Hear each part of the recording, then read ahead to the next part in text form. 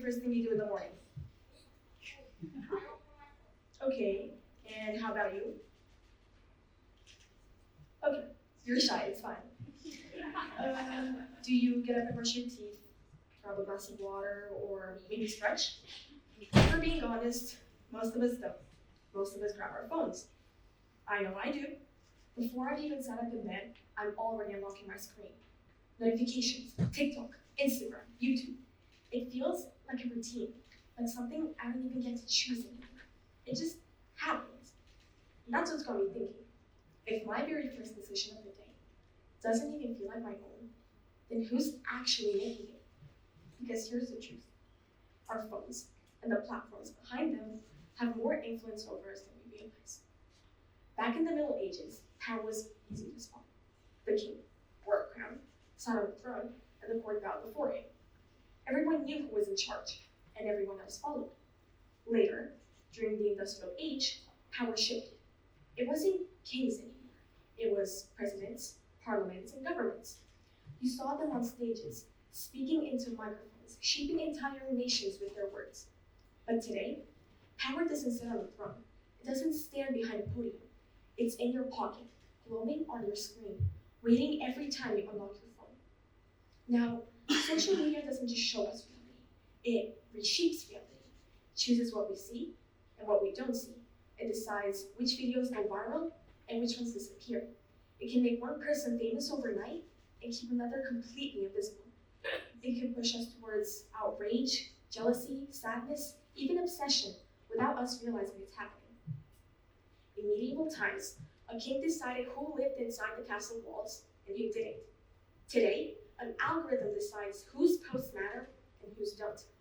And that algorithm, written by a small group of engineers you'll never meet, now has a kind of power no king could ever dream of. Power over our attention. And attention today is the new crown. Here's the scary part. We don't always notice it. We scroll, we laugh at a meme, we watch one more video, then one more, then one more.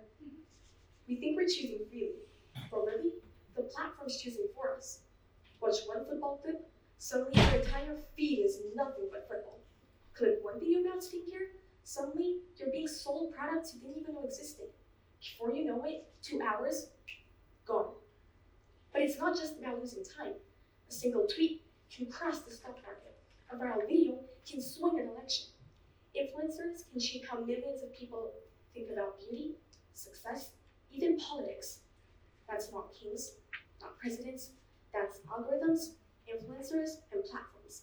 And their reach, faster, wider, and bigger than anything in history.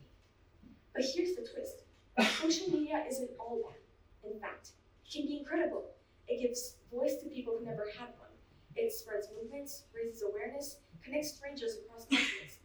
Think about campaigns for justice that started with just one post. Think about teenagers raising money for causes or spreading hope with one video that millions end up watching. That's power too, and it's proof that this tool can be used for more than just endless scrolling. So the question isn't only who has power, the question is, what do we do with it?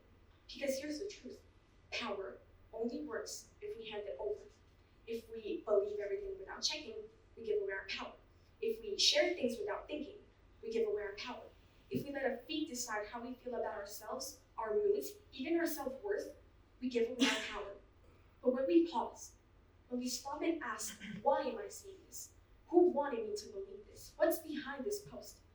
Then we start to take our power back. Think about it. In medieval times, villagers couldn't question their king. In the Industrial Age, workers couldn't question their government.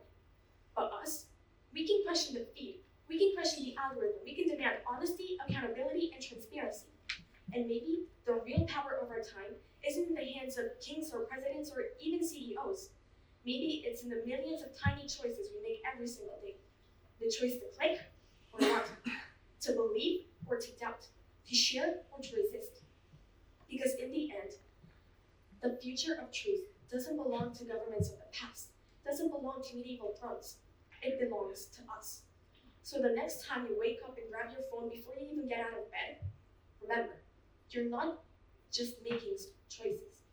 You're not just scrolling. You're deciding where your power goes. And if enough of us make those choices with awareness, not just mindlessly, then maybe we won't just be citizens of nations, we'll be citizens of a digital world. And together, we'll write a new story of power, one where truth isn't manipulated